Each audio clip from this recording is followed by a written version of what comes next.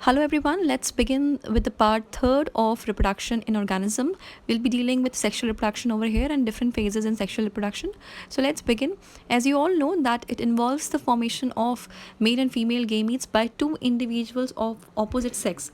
एक male होगा, एक female होगी, and they both will be producing the gametes and both of them will fuse together to give rise to a zygote, and slowly that zygote will develop into a offspring. So the offsprings which are produced by the fusion of these male and female gametes, they are not identical to their parents or to each other. मतलब वो अपनी sibling के identical नहीं होते हैं, हूबहू same नहीं होते हैं. जाहिर सी बात है, बिकॉज वेरिएशन इसमें सेक्शुअल रिप्रोडक्शन में एक इंपॉर्टेंट फीचर होता है. तो वेरिएशन की वजह से they are not identical as that of their parents और टू देयर सिबलिंग्स. एंड जितने भी सेक्शुअली रिप्रोड्यूसिंग ऑर्गेनिजम्स हैं, they share a similar pattern of reproduction. मतलब गेमीट्स का बनना, मियोसिस का फॉलो होना, देन हेप्लॉइड गेमीट्स का बनना, वो गेमीट्स फिर आपस में फ्यूज़ करते हैं. And all these are similar for all the sexually reproducing organisms. So in sexual reproduction, fusion of male and female gametes results in offspring that are not identical to parents. Now, these are different phases in sexual reproduction. One is the juvenile phase. The juvenile phase is a period between birth and the sexual maturity. In plants, it is also known as vegetative phase, as I've already underlined. A juvenile phase में ये होता है कि that period between the birth and the sexual maturity, and generally हम लोग plants पे इसको vegetative phase भी कहते हैं. Then second is the reproductive phase. Reproductive phase में some plants show flowering in particular season and some others flowers in all the season. Reproductive phase वो phase होता है which appears immediately after the juvenile phase. Juvenile phase तो वो हो गया जब तक कि sexual maturity नहीं आ जाती. जब sexual maturity आ जाती है and the individual is now ready to produce the gametes, चाहे वो animals में हो, चाहे वो plants में हो, so that is said to be as reproductive phase. तो इसमें कुछ examples दिए हुए हैं जो आपके NCERT में दिए हुए हैं. Bamboo species का है and Strobilanthes kunthiana का है, that is nil Kurinji. And bamboo species में ये होता है they flower once in their lifetime. That is approximately after 50 to 100 years, and they produce large number of fruits and then they die. Strobilanthes kunthiana में क्या है, they flower once in every 12 years. तो ये generally सितंबर अक्टूबर के बीच में ये इनकी flowering होती हैं. And they are generally found in Kerala reason, Karnataka and Tamil Nadu reason, and they result into blue stretches of that land. तो पूरा इंटायर लैंड एक ब्लू ब्लू कलर का दिखता है, फ्लावर्स से पूरा ढका हुआ, and that become a tourist attraction spot. So now इसमें रिप्रोडक्टिव फेज में क्या होता है, the female placental animals they exhibit cyclic changes in activities, ovaries and accessory glands as well as hormones during the reproductive phase. You know that the reproductive phase में body के अंदर, चाहे वो female हो चाहे वो male हो, उनकी body में काफ़ी सारे hormonal changes आते हैं. सो ये जो रिप्रोडक्टिव फेज़ है, ये दो साइकिल्स में होता है जनरली फीमेल्स में. एक होती है मेंस्ट्रुअल साइकिल, दूसरी होती है एस्ट्रस साइकिल. मेंस्ट्रुअल साइकिल जो है वो जनरली प्राइमेट्स में होती है फीमेल्स में. तो जैसे मंकी, एप्स एंड ह्यूमंस हो गया, दे वो फॉलो करते हैं मेंस्ट्रुअल साइकिल को. वेयर एज एस्ट्रस साइकिल जो होती है वो नॉन प्राइमेट्स में होती है, जैसे cow, sheep, dog, tiger, deer etcetera. So इन दोनों में बेसिक डिफरेंस ये होता है कि मेंस्ट्रुअल साइकिल में जनरली ये कॉम्प्लेक्स फेज़ होता है जिसमें 3 फेजेस होते हैं generally, menstrual, proliferative and secretory phase. इसके बारे में हम लोग आगे डिटेल में बात करेंगे. एंड बट इसमें जो एस्ट्रस साइकिल में ऐसा कोई इतना कॉम्प्लेक्स फेज़ नहीं होता है. एंड ब्लड फ्लो जो होता है मेंस्ट्रुअल साइकिल में, it last for only about few days.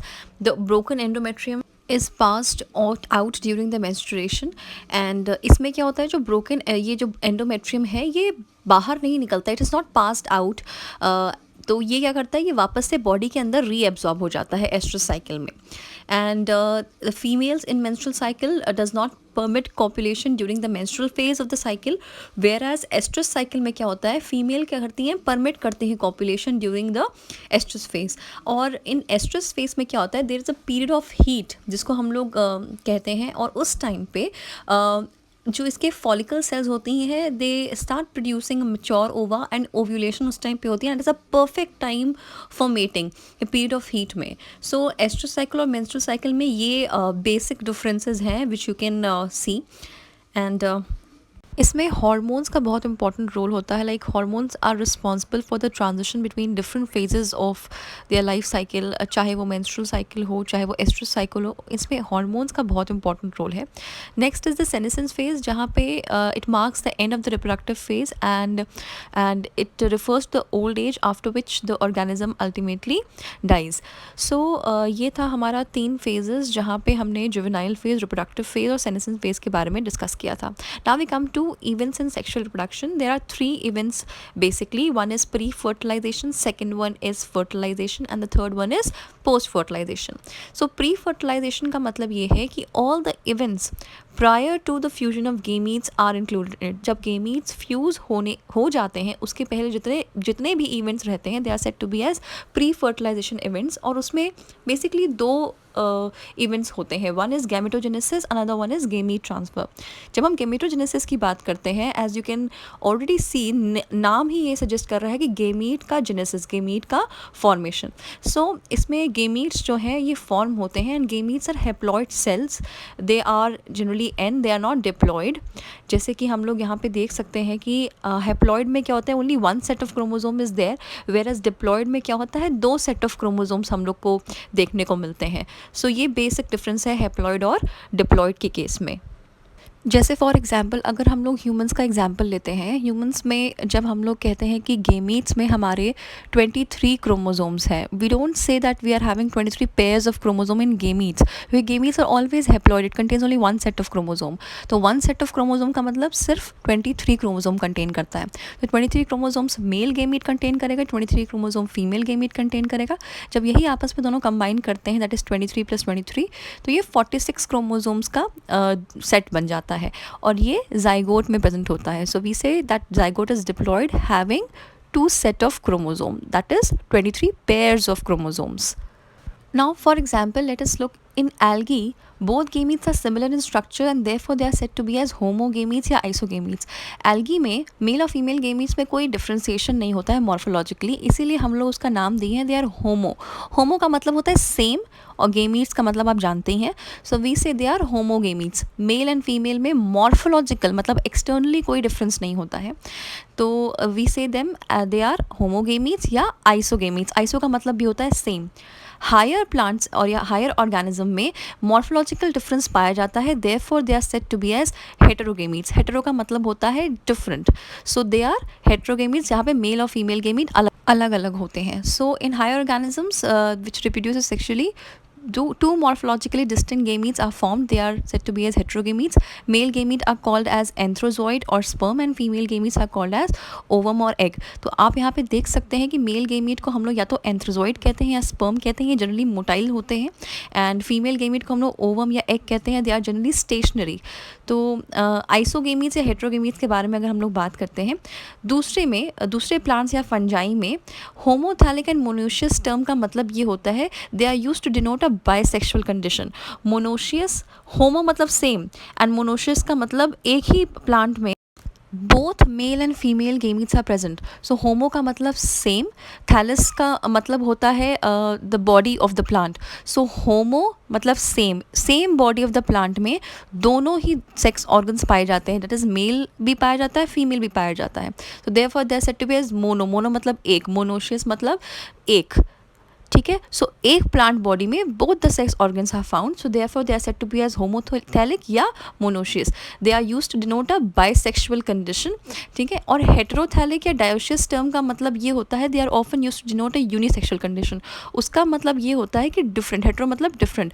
So plant body के बारे में जब हम लोग बात करते हैं तो उसमें हम लोग जनरली हेट्रोथैलस का मतलब ये होता है कि हेट्रो मतलब डिफरेंट, थैलस मतलब plant body. So different plant body में 2 अलग अलग गेमीट्स पाए जाते हैं. डाई का मतलब होता है 2. सो डायोशियस मतलब ये दोनों अलग अलग सेक्स ऑर्गन अलग अलग प्लांट बॉडी में पाए जाते हैं. मोनोशियस का मतलब होता है एक प्लांट बॉडी रहेगी, उसमें मेल भी पाया जाएगा, फीमेल भी पाया जाएगा. ठीक है, जैसे एंड्रोशियम में पाया जाएगा, गाइनोशियम में पाया जाएगा. और डायोशियस का मतलब ये होता है कि एक प्लांट बॉडी में एक ही पाया जाएगा, या तो मेल पाया जाएगा या तो फीमेल वाला पार्ट पाया जाएगा. तो they are said to be as dioecious या हेट्रोथैलिक इन नेचर. जो डायशियस कंडीशन होती है that represents the unisexual condition, मतलब एक प्लांट बॉडी में एक ही सेक्स प्रेजेंट होता जाए, तो एंड्रोशियम प्रेजेंट रहेगा या गाइनोशियम प्रेजेंट रहेगा. So in flowering plant the unisexual male flower, अगर किसी प्लांट बॉडी में सिर्फ मेल फ्लावर प्रेजेंट है तो उसको हम लोग कहते हैं staminate flower, that is they beer स्टेमन. आपको पता है स्टेमन is the male part of the flower, androecium का जो पार्ट होता है उसको हम लोग कहते हैं staminate. While the female plant जो होती हैं they are said to be as pistillate, क्योंकि वो पिस्टल बेयर करती है, पिस्टल या कार्पल. ठीक है. सो आप मुझे ये बताइए कि स्टेमिन में क्या पार्ट्स होते हैं और पिस्टल में क्या पार्ट्स होते हैं in the comment section below. When we talk about animals, species which possesses both male and female reproductive organ in the same individual, they are said to be as bisexual. जैसे हमने अभी पहले भी discuss किया था, bisexual का मतलब वो है कि एक ही ऑर्गेनिज्म में दोनों मेल और फीमेल पार्ट होगा, तो they are said to be as bisexuals या हर्मेफ्रोडाइट. तो इसका एग्जाम्पल है अर्थवॉर्म, स्पॉन्जेस, टेपवॉर्म. इनमें मेल, एक ही अर्थवॉर्म में मेल का भी गोनाड होंगे, फीमेल गोनाड्स भी होंगे, तो they are said to be as आपका बाइसेक्सुअल या hermaphrodite. Whereas on the other side unisexual का मतलब या तो मेल पार्ट होगा या तो फीमेल पार्ट होगा. इसके एग्जाम्पल है cockroach and humans. If we see this diagram from left to right, the first diagram which you can see is a plant with hermaphrodite flowers. Hermaphrodite वो flowers होते हैं जिनके पास both male and female part होता है, that is androecium also and gynoecium also. Second जो हम लोग डायग्राम देख रहे हैं वो है मोनोशियस प्लांट का, और जो लास्ट के दो डायग्राम्स देख रहे हैं वो डायोशियस प्लांट का डायग्राम है. In monoecious plant the male and the female part of the flower they are borne on the same plant, whereas in dioecious plant अलग अलग प्लांट बॉडी में male part and female part अलग अलग पाया जाता है. Now let's come to the next part, that is, you all know that gametes are always haploid, having half the set of chromosome, although organisms may be haploid and diploid. Diploid organisms form gametes by meiotic division. The organisms belonging to algae, fungi and bryophytes have haploid plant body, and pteridophytes, gymnosperm, angiosperm and most of the animals are diploid, that is, they are having double set of chromosomes. In diploid organism, gamete mother cell, that is, they are said to be as meiocytes, undergo meiosis in which one set of chromosome is present in gametes. By now you must have understood that if the organism is diploid, it undergoes meiotic division to form gametes. If the organism is haploid, it undergo mitotic division to form their gametes. So I have explained this with the help of a chart. यहाँ पे आप देख सकते हैं this is diploid organism. ये diploid plant body भी हो सकती है, जैसे अभी आपने एग्जाम्पल पढ़ा था, और जैसे टेरिडोफाइट्स, जिम्नोस्पर्म, एंजियोस्पर्म, ये डिप्लॉयड प्लांट बॉडी होती हैं, और एल्गी, ब्रायोफाइट्स वगैरह ये हैप्लॉयड प्लांट बॉडी होती है. तो हमने जनरली इसमें यहाँ पे लिख दिया है diploid organism and haploid organism. अगर कोई प्लांट बॉडी डिप्लॉयड है तो वो क्या अंडरगो करेगी? It will undergo meiosis division to form N, that is haploid gamete. और ये जो मियोसिस डिवीजन होता है it is perform generally in the meiocyte cells. Meiocyte cells generally diploid organism में पाई जाती हैं. यही मियोसाइट सेल्स फिर अंडरगो करती हैं meiotic division to give rise to the haploid gamete.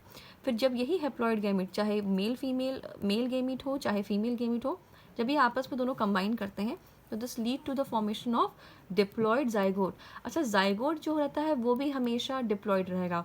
जैसे गेमीट्स हमेशा हैप्लॉयड रहते हैं वैसे डिप्लॉयड हमेशा जाइगोट डिप्लॉयड कंडीशन में रहता है. अब ये जो डिप्लॉयड जाइगोट है ये मेन प्लांट बॉडी कैसे बनाएगा? It will undergo simple cell division, that is mitosis, and it will make the diploid plant body.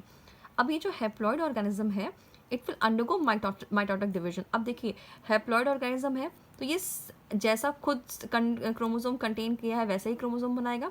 तो मियोटिक डिवीजन में सेम सेट ऑफ क्रोमोसोम्स होते हैं डॉटर सेल्स में. सो ये हैप्लॉयड ऑर्गेनिज्म है, ये माइटोटिक डिवीजन की हेल्प से same set of chromosome contain करेगा, that it will form haploid gamete. अगर यहाँ पे मियोटिक डिवीजन होता तो ये कंडीशन आ जाती n/2. क्या कभी ऐसी कंडीशन आपको देखने को मिली है किसी भी गेमीट में? कभी नहीं मिलेगी. तो जब भी आपको हैप्लॉयड गेमीट बनाना है it will always undergo mitotic division, mitosis. Now this haploid gamete, whether it is male or whether it is a female, they both will combine together and this will give to a diploid zygote. This will give rise to a diploid zygote. अब ये zygote diploid है. अब इसको main plant body हमारी क्या है? Haploid. अब ये डिप्लॉयड से हैप्लॉयड कैसे बनेगा? This will undergo meiotic division ठीक है, ताकि ये डिप्लॉइड से हैप्लॉइड बन गया है। मियोटिक डिवीजन होगा तो half the number of chromosomes चला जाता है, तो it will form the main plant body will be haploid. So meiotic division की हेल्प से ये हैप्लॉइड प्लांट बॉडी बना लेगा। So I hope you know the basic difference between mitosis and meiosis now. Now, as you can see, we'll talk about gamete transfer. Gamete transfer में कैसे एक male gamete female gamete के पास जाता है या कैसे both of them they come together and fuse, उसके बारे में हम लोग बात करेंगे. So in majority of organism, male gametes are generally motile and female gametes are non-motile, except in fungi and algae in which both the gametes are motile. Fungi and algae के कुछ species के अलावा अगर हम बात करें तो generally male gametes क्या होते हैं, वो motile होते हैं और female gametes non-motile होती हैं. Simple plants जैसे कि algae, fungi, bryophytes and pteridophytes, they need water as a medium so that the male and female gamete can come together and they can fuse. So the number of male gametes which are produced are much more as compared to the female gametes, because male gametes, इसीलिए हम लोग nature में भी अगर देखें तो mail gametes generally ज़्यादा मात्रा में प्रोड्यूस होते हैं as compare to the female gametes, because most of the male gametes are motile and क्या होता है when they reach towards the female gamete, जब वो फीमेल गेमीट्स की तरफ बढ़ते हैं फ्यूज़ करने के लिए, तो most of them they fail to reach the female gamete. So therefore they are produce in large number so as to increase the frequency of the fertilization. So in higher plants, pollen grain are the carrier of the male gamete and ovule has eggs. Pollen grain must be transferred from anther to the stigma to facilitate fertilization. The transfer of pollen grain from anther to stigma is called pollination. Pollination may be self और it can be cross. Self pollination का मतलब ये होता है जब अपने ही same flower का anther और स्टिग्मा में फर्टिलाइजेशन होता है, और क्रॉस में क्या होता है जब दूसरे प्लांट के एंथर और स्टिग्मा में जब फर्टिलाइजेशन होगा तब उसको कहते हैं हम लोग cross pollination. Now, when the pollen grain lands on the stigma, it germinates on the stigma to produce a pollen tube that delivers the male gamete near the ovule. तो जब pollen grain land करता है stigma पे तो एक pollen tube develop होती है which ultimately delivers the male gamete near the ovule, जहाँ पे egg cell पाई जाती है और तब वहाँ पे fertilization होता है. So the second thing, हमने तो अभी आपका प्री फर्टिलाइजेशन पढ़ा जहाँ पे हमारे दो चीज़ें देखने को मिली. एक तो होता है गेमेटोजेनेसिस, गेमीट का फॉर्मेशन, और दूसरा गेमीट कैसे ट्रांसफ़र होता है. जब गेमीट का ट्रांसफ़र हो जाता है तब आता है फर्टिलाइजेशन. तो फर्टिलाइजेशन में क्या है, it is the fusion of male and female gamete. इसको हम लोग सिनगेमी नाम भी देते हैं, फर्टिलाइजेशन और syngamy. So it results in the formation of diploid zygote. मैं फिर से रिपीट कर रही हूँ, gametes are always haploid in nature and zygote are always diploid in nature. So the process of development of new organism without the fertilisation of female gamete is called parthenogenesis. अब यहाँ पे आपको एक term नया सुनने को मिलेगा. Parthenogenesis का मतलब क्या होता है? पार्थेनोजेनेसिस का मतलब ये है कि without the fertilisation female gamete जो होती है वही एक दूसरे इंडिविजुअल में डेवलप हो जाती है. मतलब यहाँ पे मेल गेमीट आके फीमेल गेमीट को फर्टिलाइज नहीं करते हैं. So it is without fertilisation the development of new organism take place by the help of the female gamete that is said to be as parthenogenesis. इसका example आप देख सकते हैं honey bee, rotifers and lizards में generally आपको देखने को मिलेगा. Next up we come to the external and internal fertilization के differences. So let's start with the first difference of external and internal fertilization. So the first point is underneath external fertilization, syngamy occurs outside the body of the organism. जब external fertilisation नाम ही ये कह रहा है तो जाहिर सी बात है फर्टिलाइजेशन एक्सटर्नल मीडियम में होगा, इनसाइड द बॉडी नहीं होगा. सो सिनगेमी या fertilisation occurs outside the body of organism और इंटरनल फर्टिलाइजेशन में inside the body of organism होता है. सेकेंड इज जब आउटसाइड हो रहा है बॉडी ऑफ द ऑर्गेनिज्म के तो large number of both male and female gametes are released into the medium. And जब बॉडी के अंदर फर्टिलाइजेशन होता है, एक प्रोटेक्टेड एनवायरनमेंट में फर्टिलाइजेशन होता है, तो जाहिर सी बात है number of ova which are produce, जो female gametes are produced are much less as compared to the male gametes. So offspring external fertilization में they are extremely vulnerable to predators, and internal fertilization में because ये अंदर body के develop होते हैं so they are well protected. Example you can see. Now we come to the post fertilization events. As the name suggests कि जो events fertilisation के बाद होते हैं उन्हें पोस्ट फर्टिलाइजेशन कहते हैं. और जब आपको पता है फर्टिलाइजेशन हो जाता है तो जाइगोट बनता है. अब जाइगोट के बाद क्या इवेंट्स होते हैं? फर्स्ट इज जाइगोट का डेवलपमेंट, सेकेंड इज एम्ब्रियोजेनेसिस। जब zygote is a fusion of male and female gamete से जो प्रोडक्ट बनता है उसको हम लोग जाइगोट कहते हैं।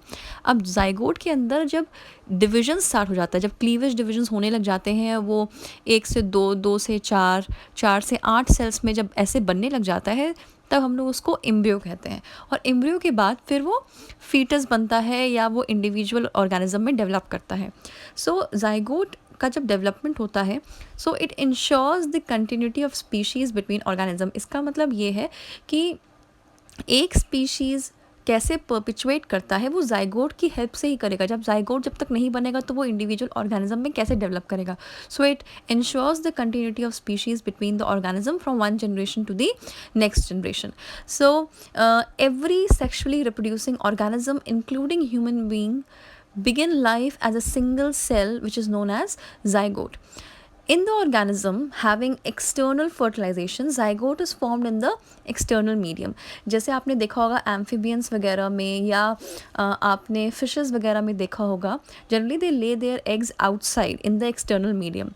So उसमें जब external fertilization होगा तो zygote भी जाहिर सी बात है बॉडी के अंदर तो बनेगा नहीं किसी भी फीमेल के, तो वो एक्सटर्नल मीडियम में ही जाइगोट का फॉर्मेशन होगा। So those who are having internal fertilisation, zygote is form inside the body of the female, whereas those who are having external fertilisation, उनमें जाइगोट बाहर ही बनता है। In algae and fungi, zygote develop a thick wall which is resistant to desiccation and damage. Algae और fungi में जो zygote होते हैं, बिकॉज वो जनरली वाटर मीडियम में ग्रो करते हैं, सो जब वाटर में ग्रो करेंगे तो जाहिर सी बात है they are more prone to desiccation and damage. Desiccation का मतलब ये है कि वो सड़ सकता है या वो ज़्यादा डैमेज हो सकता है। सो in order to prevent that, they develop a thick wall around it which is resistant to desiccation and damage. So after this it germinates, okay, whenever they'll find the favorable situation या favorable time, they germinate after that.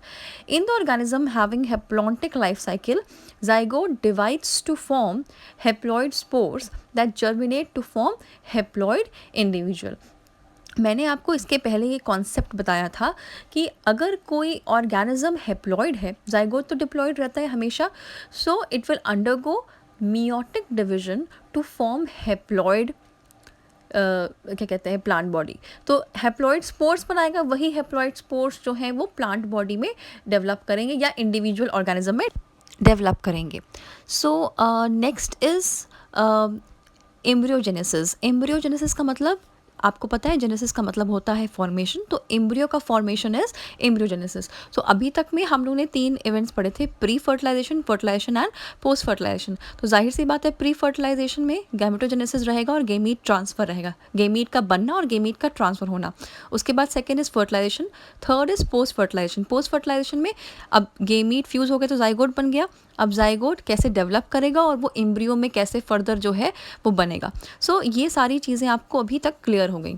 Embryogenesis का मतलब होता है the process of development of embryo from the zygote, as I have already explain. During this zygote undergoes mitotic division and cell differentiation. Cell division, अच्छा ये बहुत important point है कि जब एम्ब्रियो बनता है तो zygote will always undergo cell division. और कौन सा cell division? Mitotic cell division generally, लेकिन जो दोज इंडिविजुअल ऑर्गेनिजम्स जो हेप्लॉइड होते हैं उनमें मियोटिक डिवीजन वो अंडरगो करता है। सो सेल डिवीजन तो कॉमन है, चाहे वो माइटोटिक हो चाहे वो मियोटिक सेल डिवीजन हो। And then they undergo cell differentiation. Cell differentiation का मतलब ये है कि सेल्स फिर प्रोलिफरेट जब करती हैं उसके बाद वो डिफ्रेंशिएट करेंगे कि कौन क्या बनेगा, कौन सी लेयर कौन सी सेल्स बनाएंगी, तो ये सारी चीज़ें होती हैं सेल डिफ्रेंसिएशन के अंदर में। तो cell division increases the number of cells and cell differentiation जो है help in the formation of new groups of cells and organs. So cell differentiation, अब जैसे हमारे में क्या होता है, ह्यूमंस में 3 लेयर्स बनती हैं, एक्टोडर्म, मेसोडर्म, एंडोडर्म। तो ये तीनों लेयर्स अलग अलग ऑर्गन्स या अलग अलग हमारे जो ऑर्गन सिस्टम है बनाने में हेल्प करती हैं। So this was all about embryogenesis. Next is the difference between oviparous and viviparous organisms. तो oviparous organisms वो होते हैं which lay eggs. ओवी का मतलब होता है, it has derived from the word ova. ova मतलब egg laying. और viviparous का मतलब होता है on the contrary, उसका मतलब है कि which give birth to the young ones. Second point is development of zygote takes place outside the body of organ. जाहिर सी बात है, अगर वो एग ले कर रहे हैं तो zygote का डेवलपमेंट बॉडी के बाहर होगा, अंदर नहीं होगा. और विविपेरस में अगर वो एक यंग वन को जन्म दे रही हैं तो जाहिर सी बात है कि वो development of zygote will take place inside the body of organism. Third is, अब जो फर्टिलाइज एग जो वो ले करती हैं उनके पास कोई प्रोटेक्टिव लेयर तो होगी, तो they have the protective layer which is made up of generally calcareous shell and the young ones hatch out after a period of incubation. Next इनमें विविपेरस में क्या होता है, फर्टिलाइज एग्स जो होते हैं they do not have any shell because they are inside the body of the female and they develop into the young ones inside the body of the female organism only. Chances of survival of young ones in oviparous organism में they are less as the female lays eggs outside in the environment, whereas viviparous में chances of survival of young में young ones की ज़्यादा होती है because उनमें proper embryonic care उनको मिलती है because they are protected inside the mother's body and they get proper embryonic care and protection. So इसके एग्जाम्पल्स ओवीपेरस में आप देख सकते हैं रेप्टाइल्स एंड बर्ड्स हैं. विविपेरस में एग्जाम्पल्स आपके ह्यूमन, डॉग, हॉर्स एक्सेट्रा ये सब आते हैं. So in flowering plant zygote is formed inside the ovule. अब जब हम लोग प्लांट की बात करते हैं तो zygote is generally formed inside the gynoecium के कौन से पार्ट में डेवलप करेगा. स्टिग्मा स्टाइल ओवरी होता है, आपको पता है, ओवरी के अंदर ओव्यूल्स होते हैं which contain the egg cell. So जाहिर सी बात है zygote आपका ओव्यूल में डेवलप करता है. आफ्टर फर्टिलाइजेशन इसमें इंपॉर्टेंट स्टेप्स क्या है, जब फर्टिलाइजेशन हो जाता है तो sepals and petals and stamens they fall of. Zygote develops into the embryo and ovule develops into the seed. Ovary develops into the fruit. अब इसमें आपको ये ध्यान रखना है, ओवरी फ्रूट में डेवलप करेगा, ओव्यूल्स सीड बनाएंगे, zygote जो है वो एम्ब्रियो बनाएगा और जो बाकी सारे जो फ्लावर के जो स्ट्रक्चर्स होते हैं जैसे सेपल्स और पेटल्स होती हैं वो फॉल ऑफ कर जाती हैं, वो विदर कर जाती हैं. जो ओवरी जो फ्रूट बनाएगा it is having a thick wall around it which is said to be as pericarp. Pericarp का नेचर ये होता है कि it is protective in function. So इतनी चीज़ें आपकी क्लियर हो गई हैं यहाँ तक कि अब जब सीड बन जाता है so it undergoes germination under favourable condition to produce new plants. So with this we have completed the first chapter, that is reproduction in organism. I hope you all liked it. We'll soon begin with the next chapters. Thank you so much.